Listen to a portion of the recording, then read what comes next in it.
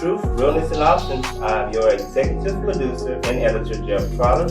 And today, this is episode number 5 with our very own Shreveport's own LeVette Fuller. Today, I'm going to take the opportunity to interview her with quite a few questions, and we're just going to discuss some major issues here in Shreveport, Louisiana. Everyone, please welcome Miss LeVette Fuller. Thank you for having me. All right. First of all, I would like to just say thank you for answering the call. You are one of the very first ones to answer the call, because I have contacted a lot of the other campaign candidates and they have yet to answer the call. So I really appreciate you, and that tells me a lot about you. Good deal. I try to be accessible. It's not always easy to be accessible. When people know that you're trying to be accessible and you're not, you get a lot of phone calls. A lot of emails, and sometimes it's hard to stay on top of it, but I try to. Awesome. I asked this question on my last episode with my last guest, Leo Savage. You may have heard of him. He's one of the last candidates who ran for mayor. Right. So I'm going to ask him the same question. If you watched the last episode, you probably know what I'm going to ask you. So what does it take to be a good mayor? I think a good mayor is transparent, accessible, stays on the level of the people, is forward thinking, and has vision for the community. A good mayor isn't afraid of the hard decisions and of facing the hard truths and doing the hard work and leading a good team. I also think a good mayor knows what they don't know and isn't afraid to say, I don't know, I'm going to get the answer, I'm going to work with people who know the things I don't know, but also can say, I was wrong, I didn't get that one right, when I got new information, I changed my mind about something, so that you're honest and you're able to keep a steady hand instead of saying, I might be wrong, but I'm going to double down. That was really good. Another question is, as humans, we do make mistakes. So in the past, have you ever made mistakes? And that mistake, what have you done to change that mistake? I'm definitely not perfect. I've definitely made mistakes. I think that the two things that probably people would know, one that I will say is a mistake that I definitely owned was on July 3rd, 2019.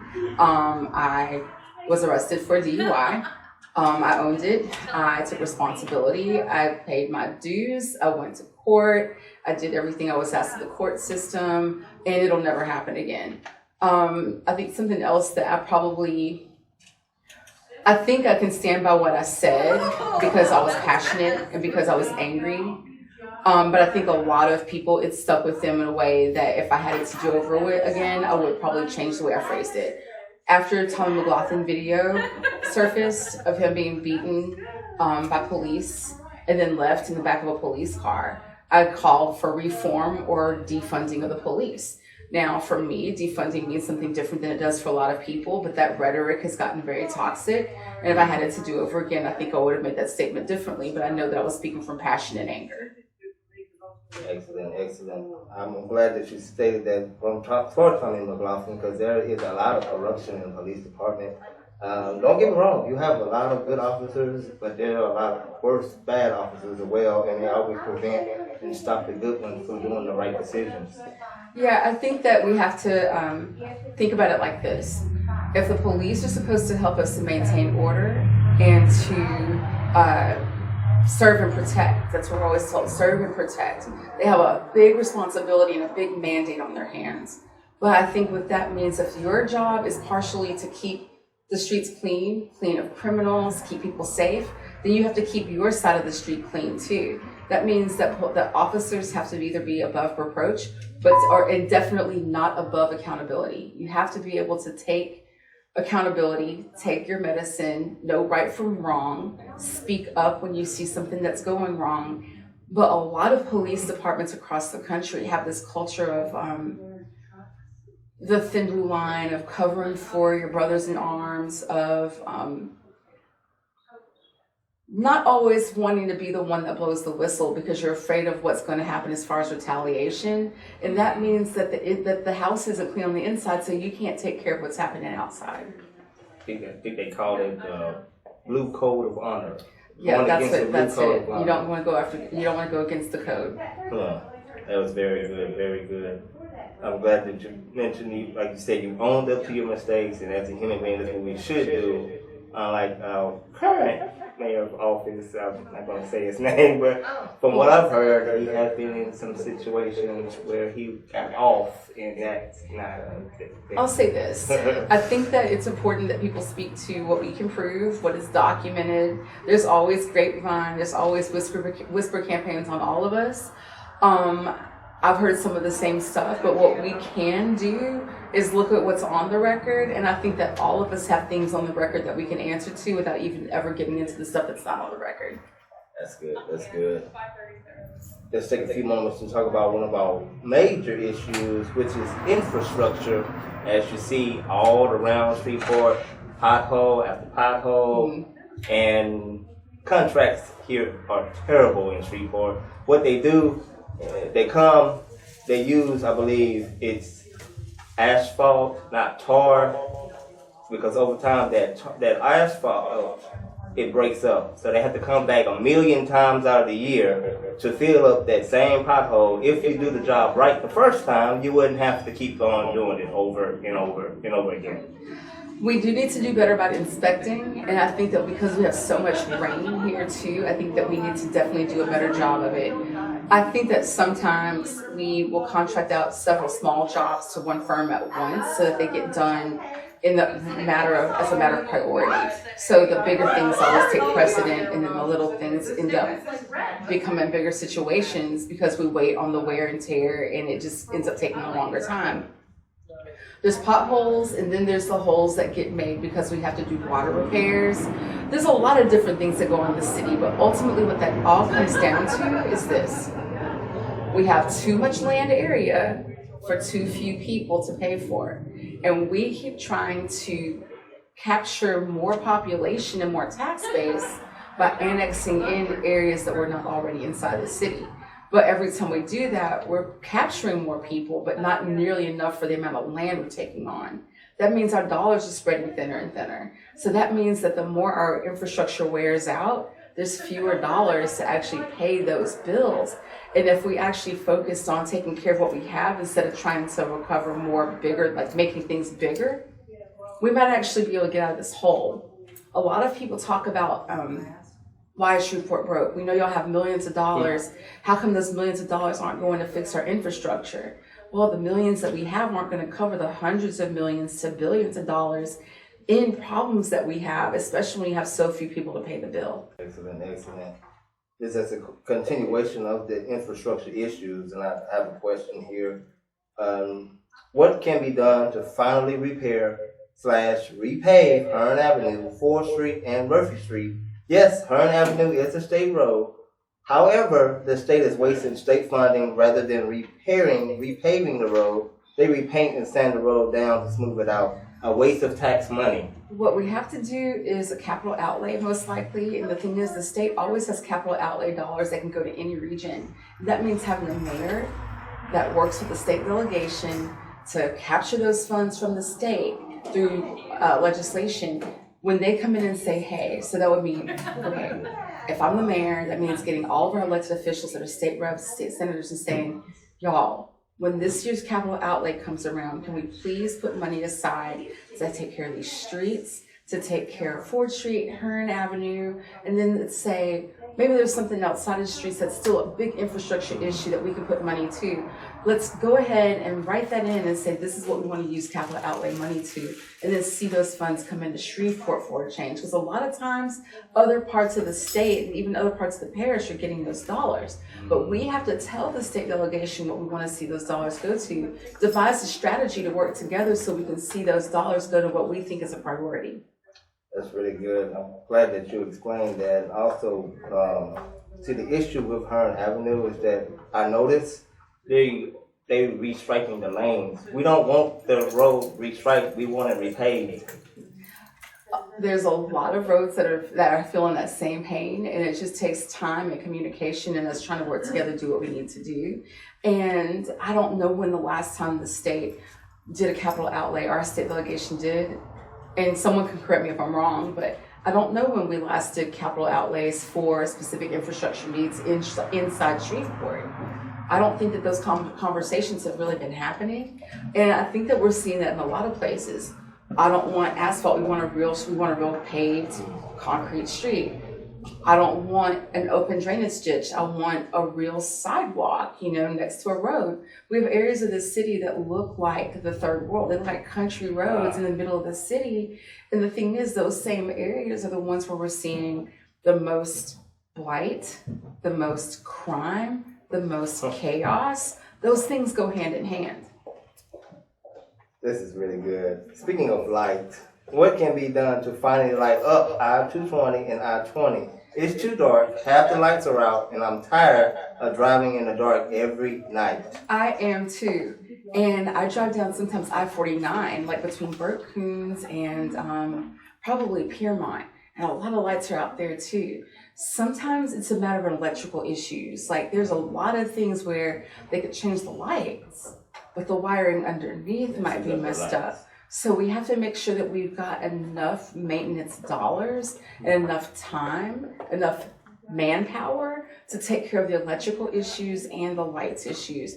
And I think that there's just some issues with the way that we allocate those funds and those resources. Like it's not just the dollars, it's the manpower. The city is responsible for parts of it and the state's responsible for other parts. For instance, and this gets away from lights. And the thing is, lights do help us with safety, absolutely, and it makes you feel really kind of low to be in a city that can't keep the lights on a major highway.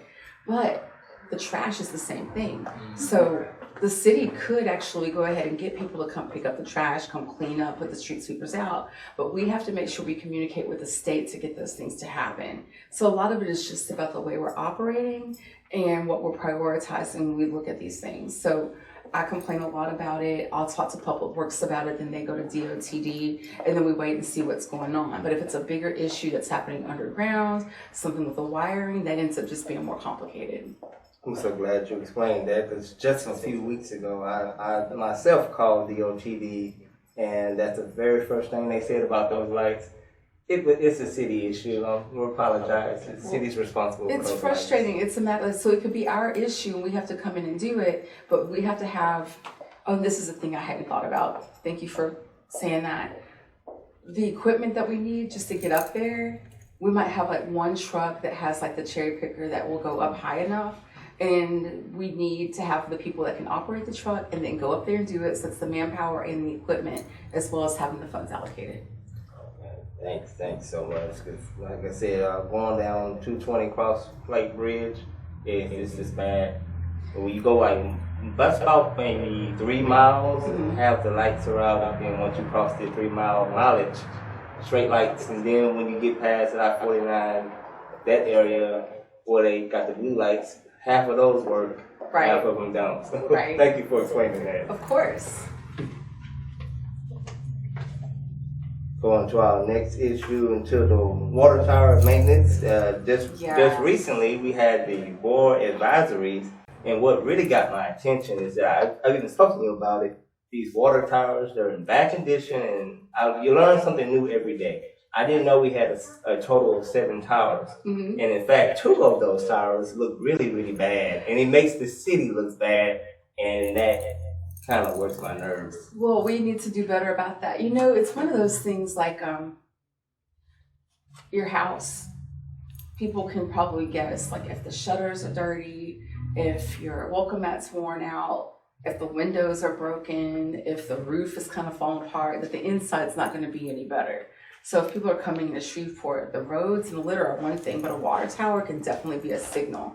And so it's one of those things where we've been focusing so much on the day-to-day operations and the consent decree that I think that a lot of these other things that should also be priorities just kind of get distracted from. Like we're so focused on these other things, we take for granted the other issues that show day-to-day maintenance. This city, again, it goes back to money, it goes back to priorities. We have to sit down and say, what does it take for us to show that this city is actually on top of its game? We can't just pay attention to the consent decree.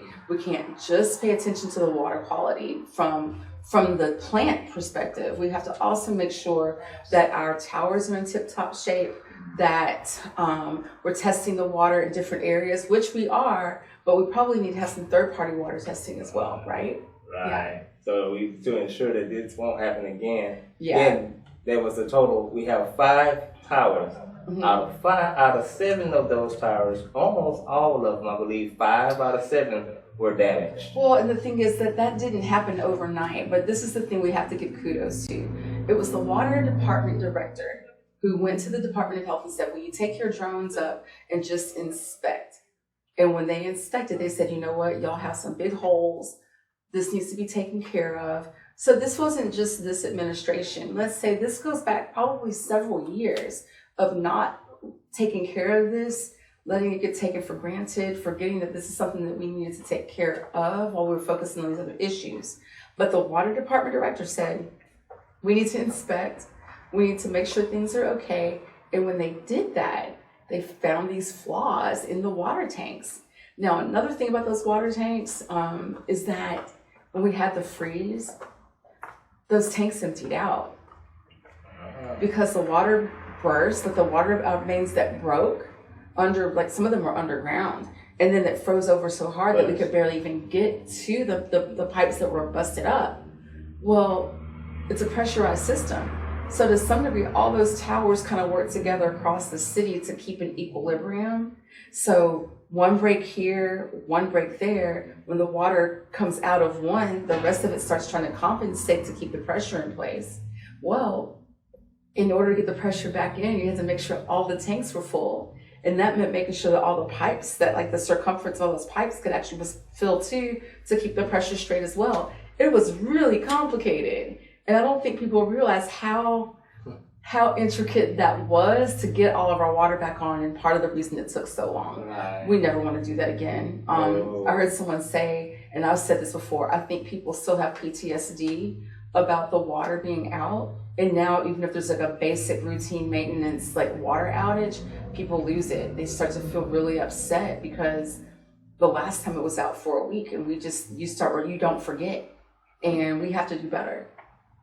Totally agree. I'm really glad you went to the water, explain about the water towers themselves and the freezing pipes. I was going to ask you about that. What do we say about the ones that believe that we should be more prepared per se, have snowmobiles? I mean, this is the South. It would be a waste of tax dollars. So what do you think about that? So I think that people say that it can either be this way or that way, and sometimes there's another option. So we don't need to buy snowmobiles, but then we can get these plow attachments that might fit on the front of any of the trucks that we have. We can get out in skid steers, we can get out in different plows that we already have. But it gets complicated when people aren't trained to use them. They may not just take the snow and ice away, they end up scraping the surface of the street. And if you're using like the chemicals to defrost, some of those can actually wear down your streets as well. They're already in bad shape. They're already in bad shape. And the thing is, some of the salt is only good till you hit X degree. And once you get below freezing by a certain amount of degrees, the salt's not working for you on the bridges either, salt or the sand. So when you take all those things into account, there might come a point where there's very little you can do when you hit a freeze as hard as we did. Because for me, as a Louisianian, we're only in the last few years seeing these these below freezing, where you're 10 and 20 degrees below zero, or below 32. So 32 being the Fahrenheit freezing point. So being at 20 degrees, okay, I can put on my gloves in the morning and my little hat at 20 degrees and make it where I need to go, warm the car up a little bit. But when we're talking about hitting 10 degrees, 5 degrees Fahrenheit, that's cold for Louisiana. Our pipes weren't built for that. Our houses aren't insulated for that. Our houses are set up to make things cooler in the summer and to expect a mild winter. But this might not be a freak of nature. We may start seeing more and more years like this, so we're gonna have to adapt. We're gonna have to adapt to the quality of roads we have, the quality of pipes we have, the way we insulate our houses, the way we insulate municipal buildings. All of those things have to come into account. But if this were to happen again this year, the first thing I think that we would have to do is, one, make sure we do have some sand stored. And the other thing is, we need cots, we need generators, and we need to position our equipment, because all of our police cars are now 4x4s. But we need to position our equipment and have chains over on those tires for like the big equipment trucks, like the public works trucks. Have your public works and water department people on cots in the SPAR buildings in every neighborhood that has a SPAR. You probably have at least one in every single district, probably 2 or 3 in some cases. Get the generators, make sure they have heat, make sure they have enough water, and have them stationed there before the storm happens. So that in the event that this happens, and then pay them the overtime, and then we'll be prepared. So you'll be able to respond quickly to the area that's close to that water tower in order to start making the repairs we need, so that we won't be caught out like that again. That's the one thing that I think we would have to do. Now, that doesn't help us necessarily with a lot of our emergency services, but the faster we can get those roads cleared, or as clear as we possibly can, the faster we can get emergency services on the road to do what they need to do. This has been very good so far. So good. And one thing that really caught my attention, which I don't understand, I noticed that several areas in the neighborhood, they're changing out the lights. Why are they changing out lights instead of repaving the roads? Well, it's a different set of money. It's a different bucket of money. And the thing is, we need the lights too. Some of those lights might be getting changed because they're LED and they're more energy efficient. And they might also have wiring where it's like, okay, and I'm just making this up, but it's hypothetically, we've got cameras going into some places too. So if we're changing up the power and everything to where we can have the camera there as well, it just might be good timing. But we got grants for some of the lighting, especially around downtown. Like last year, downtown got a huge grant in order to put in energy efficient lighting. It didn't cover the actual appliances, like the big posts and stuff you see. It's gonna probably take like a bond initiative to do that. That's gonna be expensive. But we at least have energy efficient lighting that has like a nice glow to it downtown. And those lights last longer as well as using less energy. That's some of what's going on with SWEPCO right now with those lights that they're changing out around the city. But don't you want to have lights for safety? Yeah. Because I noticed you do have a lot of them that are missing. Like you say, I think, where was I believe on Greenwood Road somewhere. One of those ring bulbs are out there. Mm-hmm. That's not good. So. Well, I think that really what it comes down to with the lights is that the budgeted dollars for that are a different set of dollars.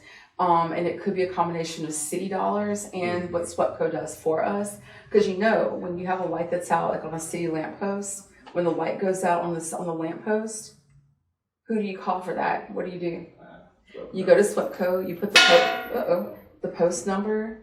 You that little like brass bracket, you put that number on their website, and that's how they know to come and change those lights out. And what should happen is if you're using like C-Click Fix, if it was working perfectly, it would be able to geotag those potholes. You could take a picture of it, say this is where it is on the map, and they would know exactly where they were going and what they need to fix before they got there, know what it looks like.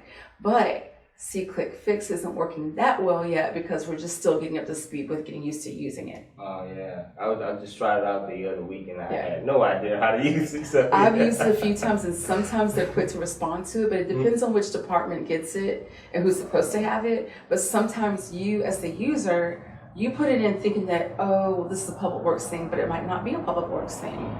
It might be a different department that has to come in and do it, and then they have to figure it out between them, and then it goes on the list in order of priority and sometimes in order of service. Thank you so much for explaining that with the lights, because again, on Hearn Avenue, when you go across that bridge, like going towards Lakeshore and Canada, going across that whole bridge, no lights. What I can tell you is that when you look at the budget, you can't use money that's in one bucket for something in another bucket. If you end up running out of money in one bucket, you can always come back. The mayor can go to the council and say, I need more money in this bucket. But then the council has to vote on moving that money from one bucket to the next. Once the buckets are set, you don't have to come back and ask permission for those things, except when it's something that goes out for contract. And when things get over a certain amount of money, then they have to go not back to the council, but they have to send things to procurement. They go out for bid. It's just a lot of different kinds of paperwork that has to be done. So when you see the reason that you're doing lights instead of roads is that the money is just it's coming from a different area. Thank you so much. Because I've always explained, because I'm a big follower of the City of Shreveport page, and I follow. I always explain to people. They always complain waste of state tax money, and I always state different funding, different purpose. Exactly. And the thing is, There are different cities that are changing the way that they budget their dollars, but it takes a while to switch over out of that routine. But right now, every department will come to you and say, this is what we had last year, this is how we spent it. This is what we think our needs are going to be this next year, and so this is the money that we need. Every single department does that. And we're talking about budgeting $500 million. It costs $500 million plus to run the city. And that's without looking at all of the debt that we have over annual things like the consent decree. The consent decree over several years is going to cost us over $1 billion. That's a lot of money, you know? And that's just for that one project. So our cash on hand, the money that we have to spend or we budget it out for every year, it's about $500 million. But that's not counting this other massive project that we're taking little chunks out of every single year. Okay, so $1 billion is to do the entire city sewer. So we start in Cedar Grove, that's one phase. Then we go to this other area, that's another phase, and that's costing us hundreds of millions of dollars every time we do a different phase. And the phases might be bigger than one neighborhood, but it'll be like a geographic region of the city. Thank you so much. It's very, very interesting. We're almost getting ready to wrap up here and moving on to the most major part of the city. I bet that's gonna be crime. Yes, you already know. Yeah. I have here from a great friend of mine. He wants to ask, what is the way you want to improve the crime rate? Matthew Robinson from Shreveport. Well, thank you, Mr. Matthew. Crime, we talk about this. Some people will say you need to lock them up, throw away the key. Some people say we need more police on the road in order to lock everyone up. Some people say we need more jobs and more opportunities. You'll even hear that mental health plays a part in it. It's everything. So studies have shown that removing blight, cleaning up neighborhoods, helps mental health for the people that live there, and it helps to decrease crime, especially violent crime. Another thing that I'm seeing is studies about public health where it's almost like the violence is contagious. So when a person has experienced a trauma, they're more likely to act out. So sometimes it's retaliation, and sometimes it's a matter of PTSD. But if you know that there is something going on in the community where someone might retaliate, if you have the police intelligence involved, they might be able to nip that in the bud, right? But that gets complicated because of issues around profiling. We have to use nuance. We're going to need sophisticated tactics, but we can't do any of that until we've got enough police. So we're 100 police short. Part of that is pay. Part of it is leadership. We need to make sure, like we were talking earlier, we got to make sure the police have accountability, transparency, respect, good training, good equipment, good pay, mental preparedness, mental health, all of those things, that they're able to work in the community and have a good rapport with the community. You don't want to continue to have a culture where the police are not trusted, where we're suspicious of them, where they're suspicious of us because they're so tired of having the hostility in certain communities. We have to be able to be on the same page because everyone wants to feel safe.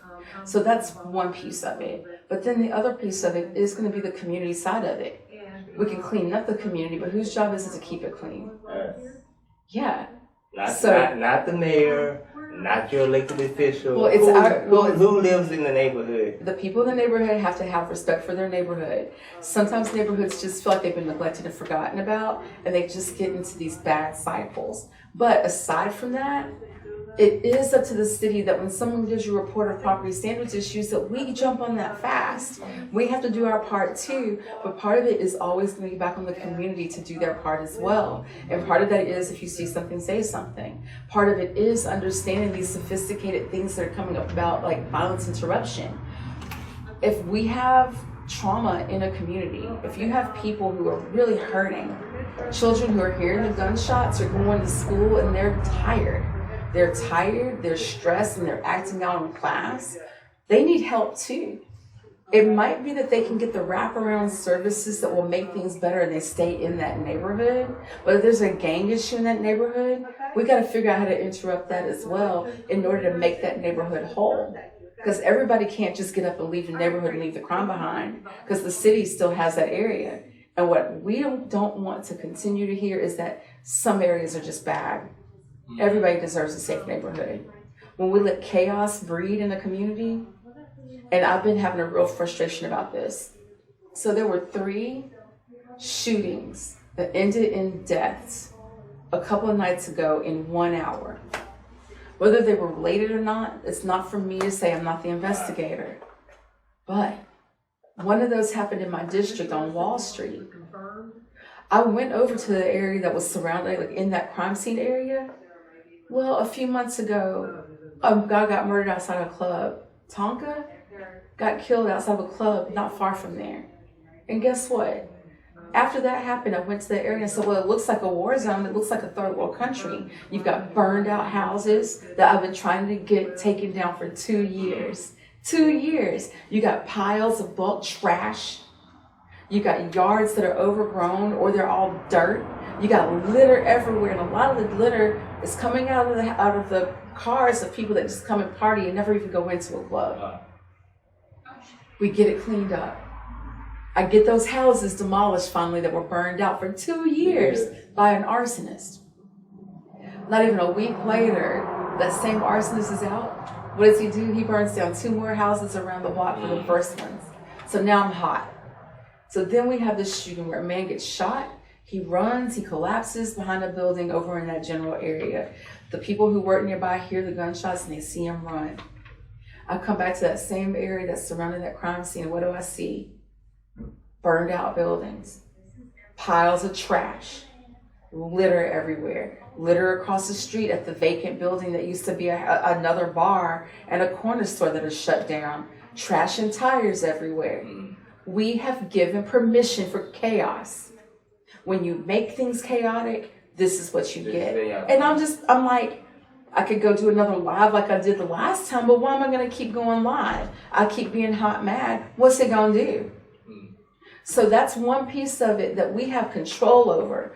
We don't have to let chaos take root, because where you let chaos take root, people think they have permission to act chaotic.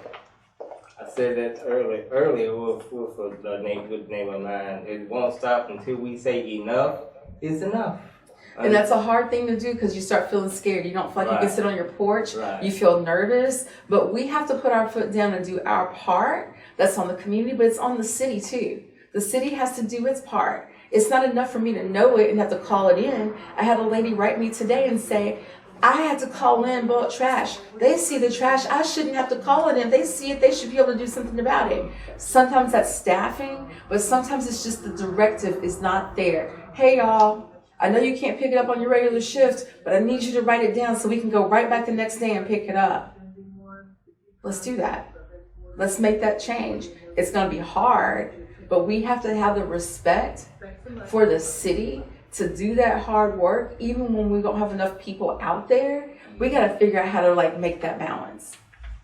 It's really good, really good. What do you say to those who want to do the right thing, but because of the issues with the DA, the more stricter policies on how these DAs charge people? Because next thing you know, that person that does a crime right back on the street and he does the same thing again. I think that gets complex. I think a lot of people think that it's just on the DA. I think that the DA has a really big responsibility. I think that I think that what we can do as a community might be to get like a third party to audit the cases and see how many of the cases that either got off, either didn't get tried because they threw it out for whatever reason, how many were, how do I say it? How many of these got a lighter sentence because of whatever kind of plea deal and then they ended up being boomerangs? We need to actually look and see which cases are turning into people that got off when it was a little thing that they did and then they got back out there and did a bigger thing, to see if that's really one of the issues we have and how often the gun charges actually got dropped. Because sometimes the fact that the gun charge got dropped is what gets them back out there to do something else with another gun. So the judicial system is separate from the mayor, and it's fine to have opinions about it, but I think a lot of times we make assumptions that only account for one part of the story without seeing the entire story. I'd be very interested in seeing what that entire story actually is. So I have a team here I'll keep looking up because we've had a team that's been phone banking today, and I think we're holding them hostage, so they probably want us to wrap it up, but I don't want to shortchange you. I think you got one question left on economic development. Yes, we're getting ready to wrap it up. What are some more beneficial business and event attractions you would like to bring to Shreveport? Again, from Mr. Matthew Robinson. Okay, so in the big picture, I think that one of the major issues with economic development here is one, a clean and safe city.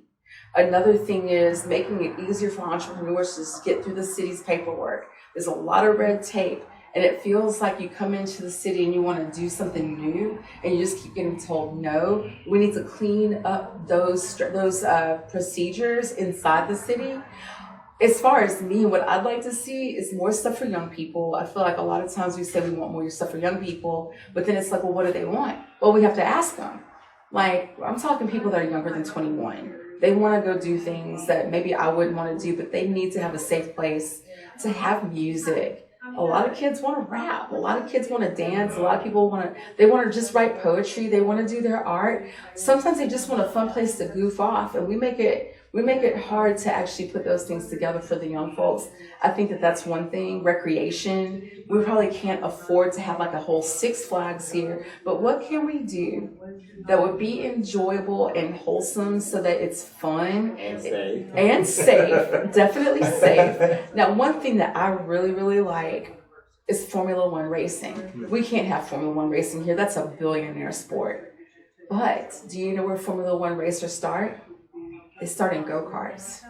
I would love to have not just like the Party City go-karts. I want to have competition style karting like they have in Europe. Because these kids start when they're as young as 6 and 7 years old, and they have regional competitions. I would love to have kids do karting practice, learn about racing, have races, and then in the off time when they're not being used for competition, everybody can come and race. Everyone can come and learn about racing. That's something I'd like to see here is competition kart racing at any age, and see regional racing come here where kids from Dallas, kids from Little Rock are coming and racing against our kids here. And who knows, there might be a Formula One, Formula Two, or an IndyCar star that might be growing up right here in Shreveport. That was really good. That was really good. Well, last thing I wanted to just ask you, and we're going to go ahead and wrap it up, is do you think maybe one day we can restore Texas Avenue with all the dead buildings and everything along the road? Oh, that's a big dream of mine. Hear me out. Texas Avenue could be like our own Deep Ellum or 6th Street kind of a thing. We talk about downtown. I'm not a fan really of the Red River District. I feel like it's a theme park version of something that we have authentic with these historic buildings. And Texas Avenue is actually one of the reasons I started to care about historic preservation years and years ago before I was ever involved in politics. Well, all of those authentic facades could have restaurants, cafes, music venues, shops, art galleries, all the way up and down, and it would be walkable, where you could drive your car down there or take an Uber or a streetcar. You get down there or even ride your bike, kind of like what you see on Barksdale Boulevard. Right. You could have all of that authentically right down there. But one thing that holds us up is that it's another state highway. Now, in some areas, they're able to get the state to give them pieces of the state highway so that it's under city control. And then you could actually do the exact same thing they did over there, over here. Maybe stamp the sidewalks to where they look like brick. Put in those antique lamp posts or any kind of interesting lights we want. Put in the bike lanes, put in the on-street parking, make it safe for walking, driving, biking. Even have like its own little dedicated like streetcar looking, trolley looking thing that you can ride that goes up and down the avenue.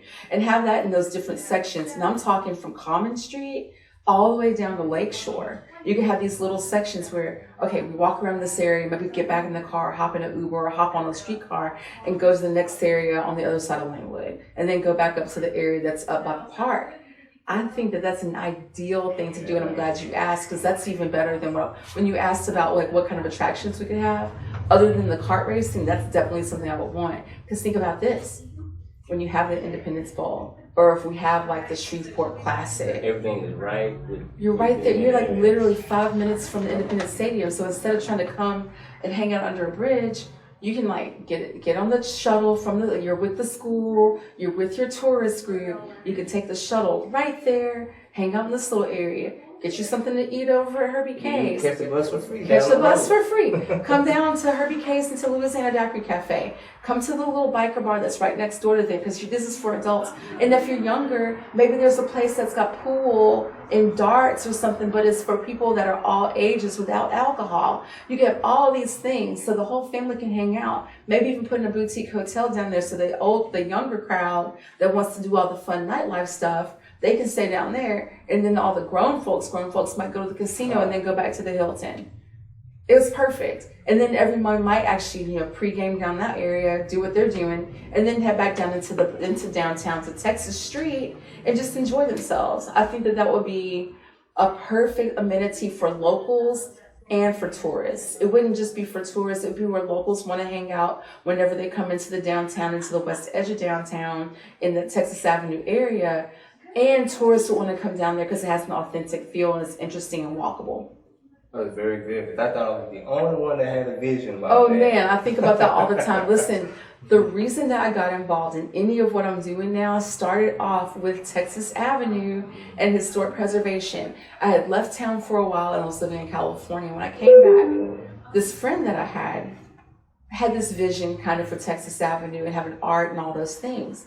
Well, when I came back, I was like, well, what are we doing? Like, this would be so perfect. Like, everybody wants to do spray-on stucco franchises, but we have the real thing here. And that was really what kind of got me into was historic preservation, wanting to make sure that the area that had been multicultural and predominantly Black didn't get gentrified and we get left out of the history of it. And so knowing culturally that was the area that Black people could shop at during segregation, that made me think, well, we need to keep these ties to this area.